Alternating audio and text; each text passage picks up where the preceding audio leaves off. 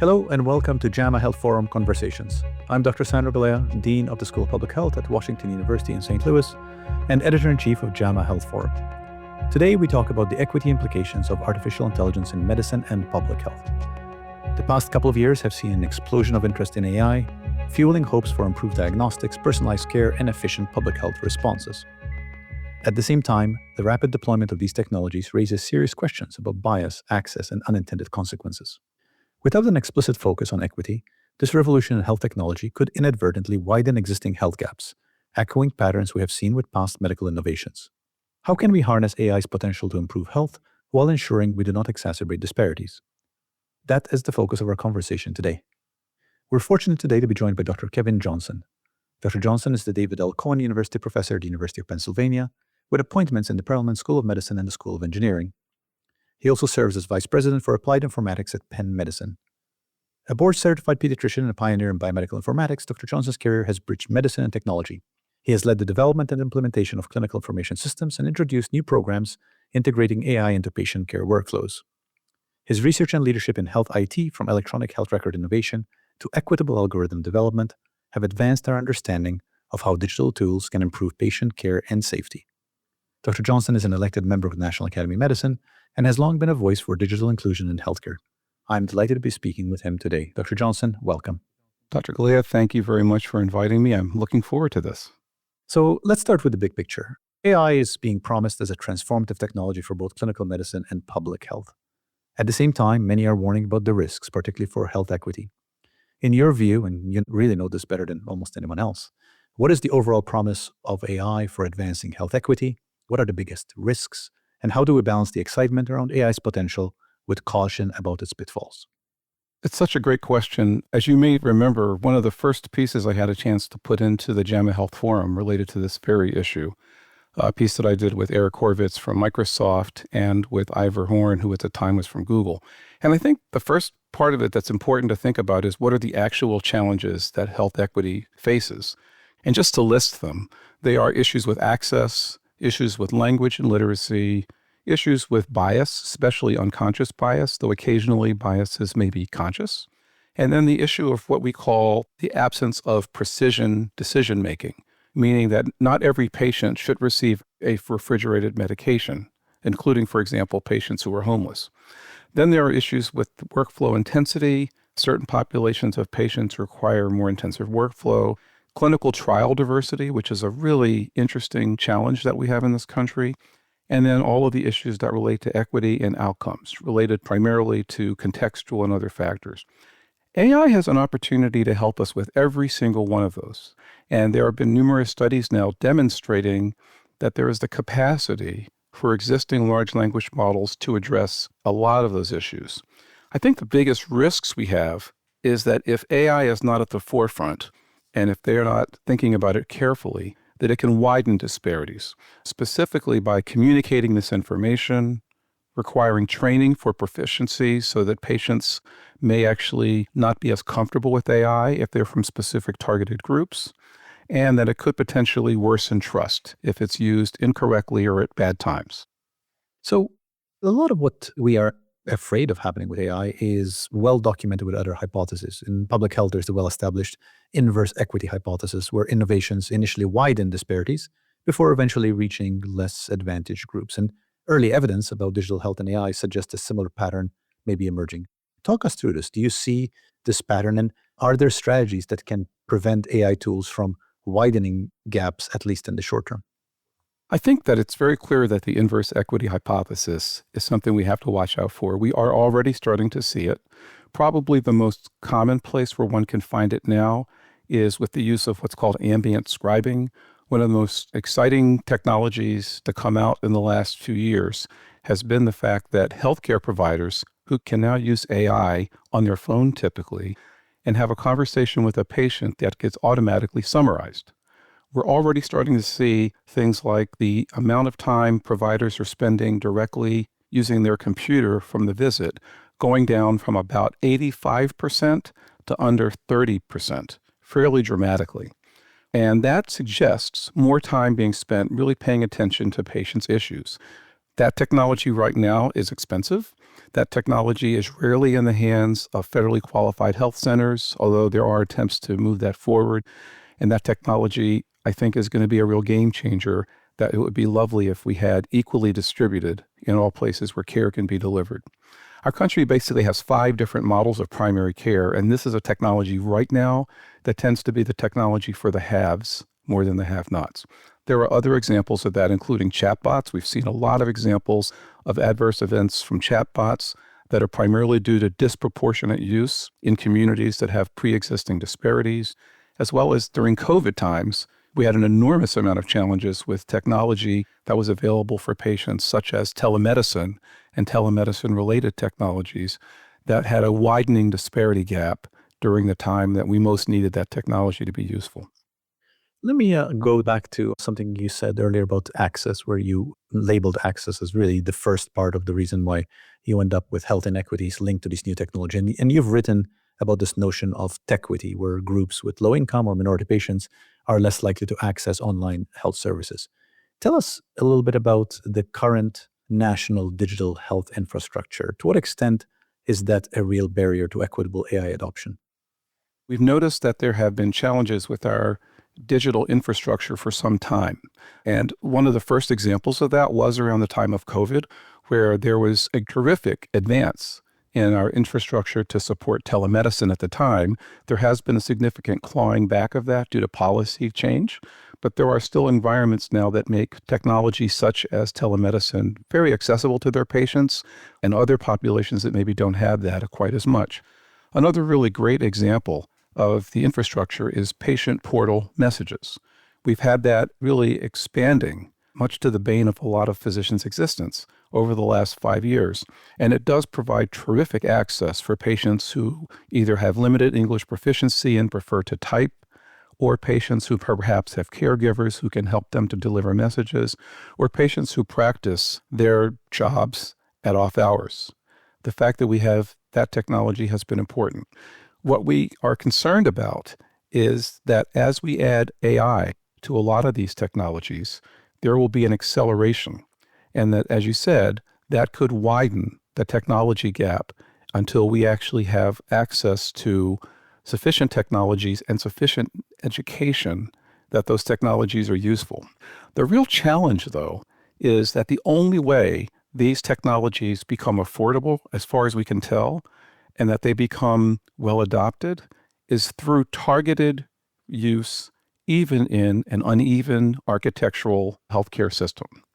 What we think is going to happen is a certain degree of adoption of these technologies, as we are using with ambient, which will help to drive down both the cost and change the demand equation, such that more usable technologies can then be made available.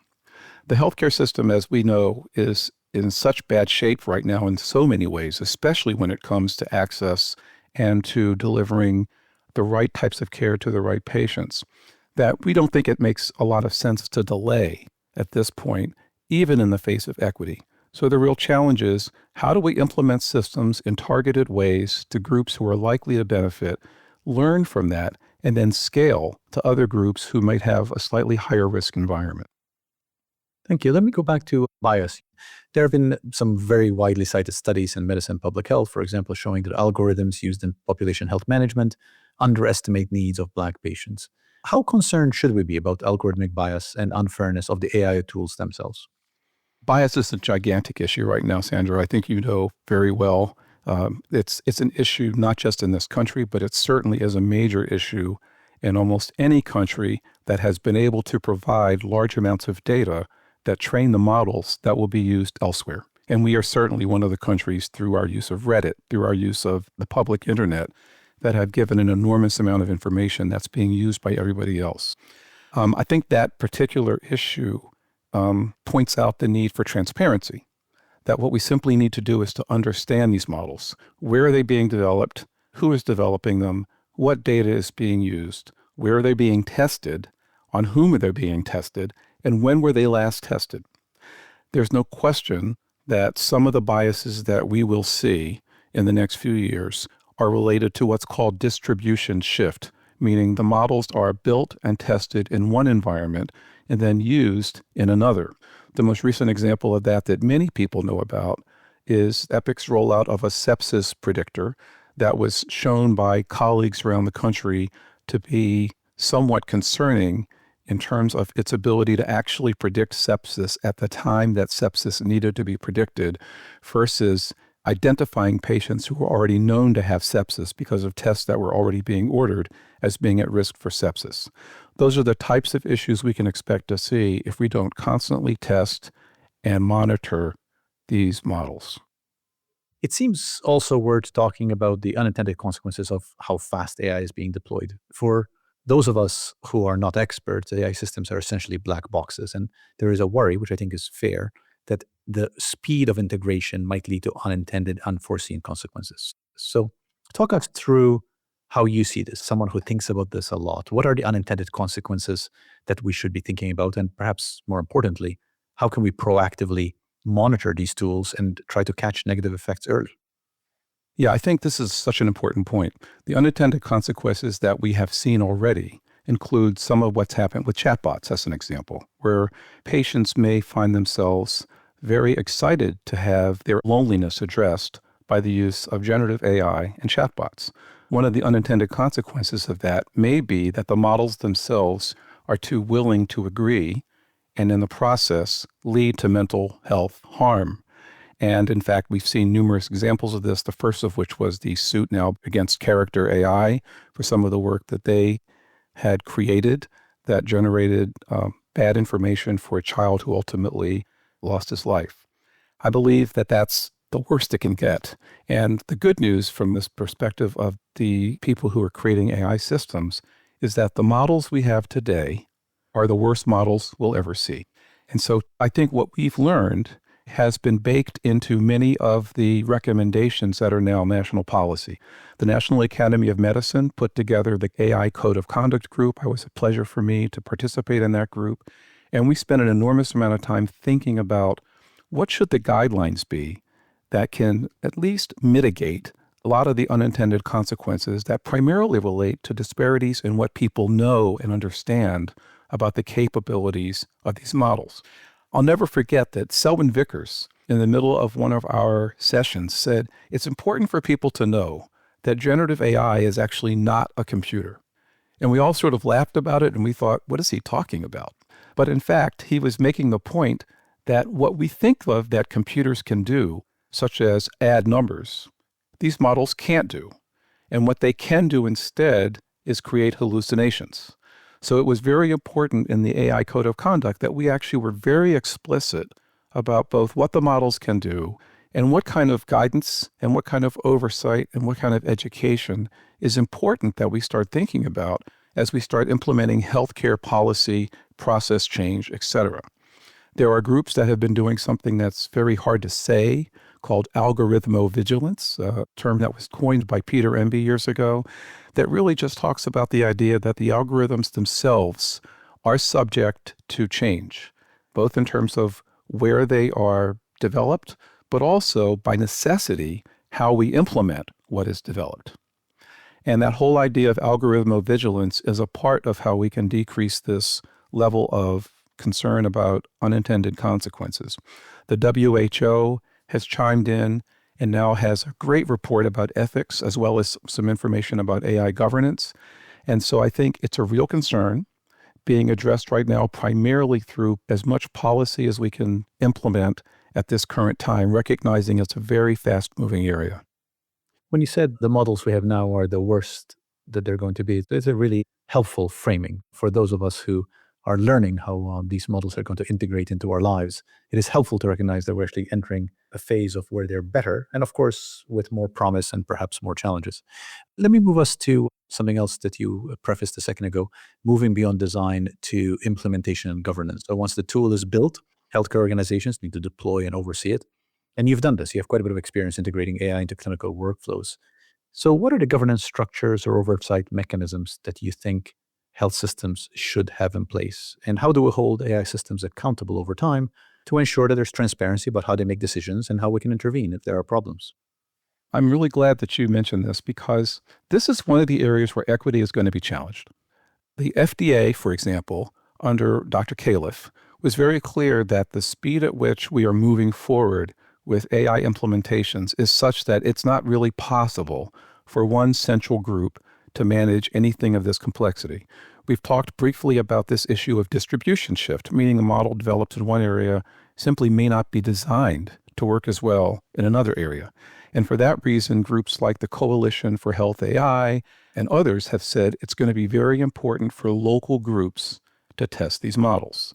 I think one of the most exciting pieces of information coming out now is the fact that we're recognizing that as the models get better, what we're really hoping to do is to develop models that have competence. The same way that we think about a residency program giving clinicians the competencies that they need and that patients expect when we're delivering care. So we have a lot of monitoring that's been in place, but this is relegated primarily to very large academic centers that have both the time and the knowledge and the capability to do that monitoring. When I was at Vanderbilt, we set up a group called the Advanced AI Lab, or AVAIL. Our job was to take any AI that was being proposed to be either tested or trialed at Vanderbilt and to actually think of it as a part of a learning health system. So putting in place tools to not only help to prove that the model could do what it said it was going to do, but also developing studies to understand if there were any unintended consequences or any widening of disparities. That's exactly what we did. A group like that works really well when there's one model coming out every 6 months. A group like that, as we quickly figured, does not work so well when there are models that are rapidly being scaled at the commercial sector that we know are going to benefit some patients, as well as when there are so many models from so many groups that are sufficiently similar that anyone from the outside would say, well, you could just pick and choose from among these and solve whatever problems based on cost. But we know that internally, they're architected differently and they have different sources of data, and they may even come from different environments than us. So at the large hospital health system level, it's possible to set up these groups. We have one at Penn that's nowhere near as creatively named. It's called the AI Governance Team. But at the same time, we know that those groups don't speak for federally qualified health centers. They may not even speak for people whose models are being implemented in a different electronic health record as our own. And they certainly don't speak for the exact same model 6 months after we've implemented it. Let's build a little bit on this federal oversight. So you talked about FDA looking at algorithm oversight, and the White House has issued a AI Bill of Rights blueprint highlighting equity and fairness. So from your perspective, are current policy and regulatory efforts sufficient? And what additional steps would you like to see from the federal regulation policymaking to set guardrails for AI in medicine? I think that the current federal policy pipeline theoretically is necessary, but I don't believe even those of us who have been a part of the federal policies, including work like the President's executive order or the National Academy of Medicine or WHO's codes of conduct, expected them really to be able to scale beyond guidelines. I'm always reminded of my favorite line from Pirates of the Caribbean when the statement was, well, we thought of that rule as more like a guideline.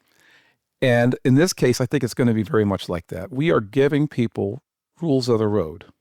But at the end of the day, there are regional differences, just as we've noticed for decades with clinical practice guidelines versus critical pathways. Clinical practice guidelines use sets and sequences of information that are based on evidence. But if you and your particular organization doesn't have that specialty or have a person with that level of competency, or maybe has a lower cost and equally efficacious alternative, you replace it. So I fully expect that it's going to be a combination of both federal and regional guidelines. And that is why the Coalition for Health AI, which is one of the groups that's also saying our regional job as the Coalition for Health AI is to take individual models in local environments and to test them to make sure we understand to what extent we can expect those models to deliver the same functionality that they were built to deliver before that organization began to adopt it. I think it's going to be that kind of a combination, and frankly, that's what Dr. Califf said about the FDA as well, and I think he was right. Let's go from the federal now to the individual. You straddle the tech and the clinical worlds as a physician, informatician. So let's talk about clinicians and AI use. So frontline healthcare providers worry about how AI is going to affect their workflow and their patients. What responsibilities do you think healthcare professionals have when adopting AI tools? For example, questioning the outputs of algorithms, reporting issues, or educating patients? And conversely, what are the responsibilities of developers to support clinicians with tools that are usable and fair? One of the things that started in the days of genomic medicine was this phrase called genomic exceptionalism. And what was meant by that was, when we use genomics tests, is it really significantly different than a non-genomic test? Well, I'm beginning to believe that what we're really facing here is AI exceptionalism, meaning that the skills that you and I need to deliver effective care using AI augmented and possibly even AI automating tools are the exact same skills that we actually need to do lab tests and other procedures. We have to recognize that the slope is significantly slippier, meaning things will change. It's not the case that a hematocrit that's done on one particular machine on one particular day will behave differently tomorrow. It is the case with some of our technologies that are using AI or machine learning that there could be a slight difference or even a profound difference over time. But it is the case that CLIA-supported technologies require constant monitoring.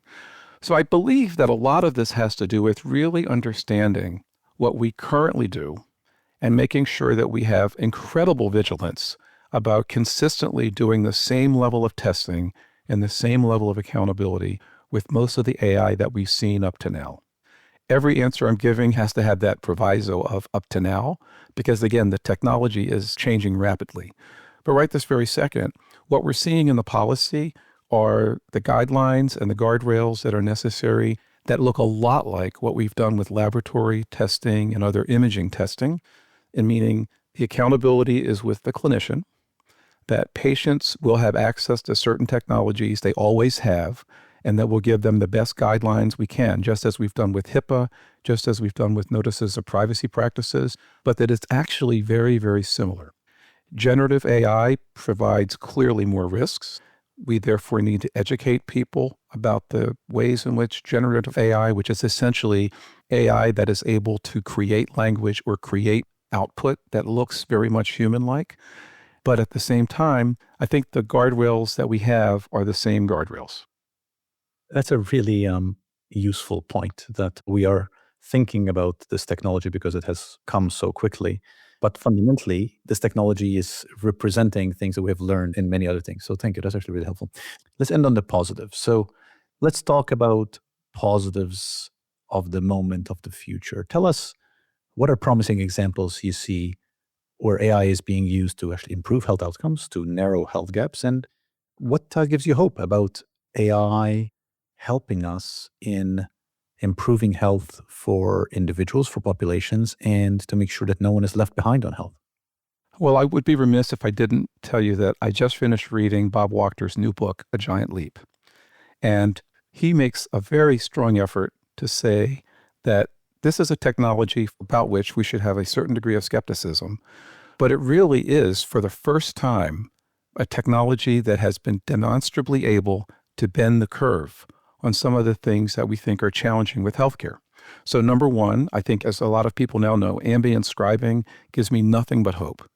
The idea that we can go from a visit where 85% of the time my clinicians, friends are spending on time on the computer, and at going home and spending hours finishing up all your notes, to a technology that so far has demonstrated less time on the computer, still some time at home, because we are all pretty much wedded to the way we like to write our notes.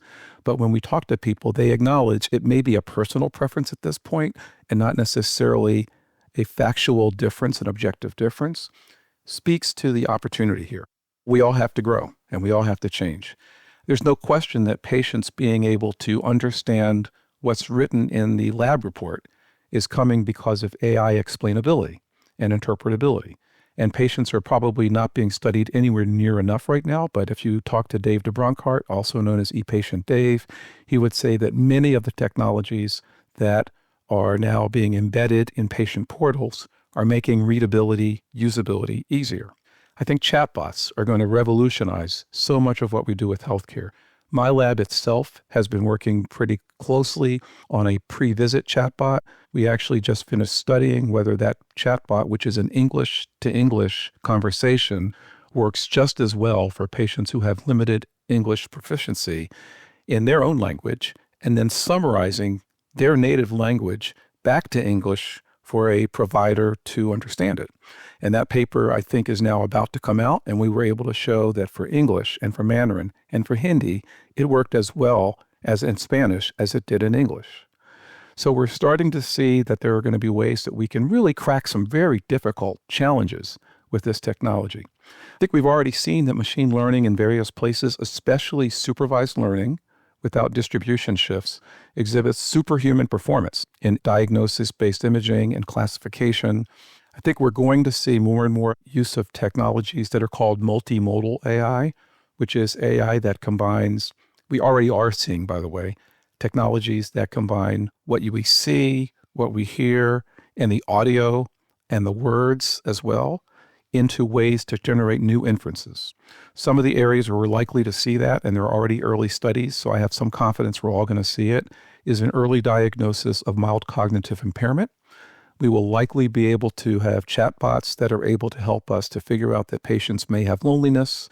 And these are really vexing challenges for us that we'll now be able to hopefully use technologies like AI to help us to treat these patients, especially patients with loneliness.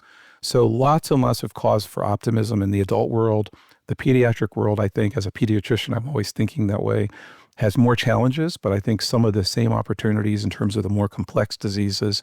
And I think we're going to find that these same technologies will be studied and scaled through clinical trials in the pediatrics community as well. Thank you, Dr. Johnson, for talking with us. Thank you, Kevin. Thanks, Sandro. It's a pleasure. I'm Sandro Galea. I've been having this very interesting conversation with Dr. Kevin Johnson about keeping health equity at the forefront of the AI revolution in medicine and public health. This episode was produced by Daniel Musisi at the JAMA Network. To hear this and other JAMA Network podcasts, visit us at jamanetworkaudio.com and jamahealthforum.com, or look for JAMA Network wherever you get your podcasts. Thank you for joining us today. This content is protected by copyright by the American Medical Association with all rights reserved, including those for text and data mining, AI training, and similar technologies.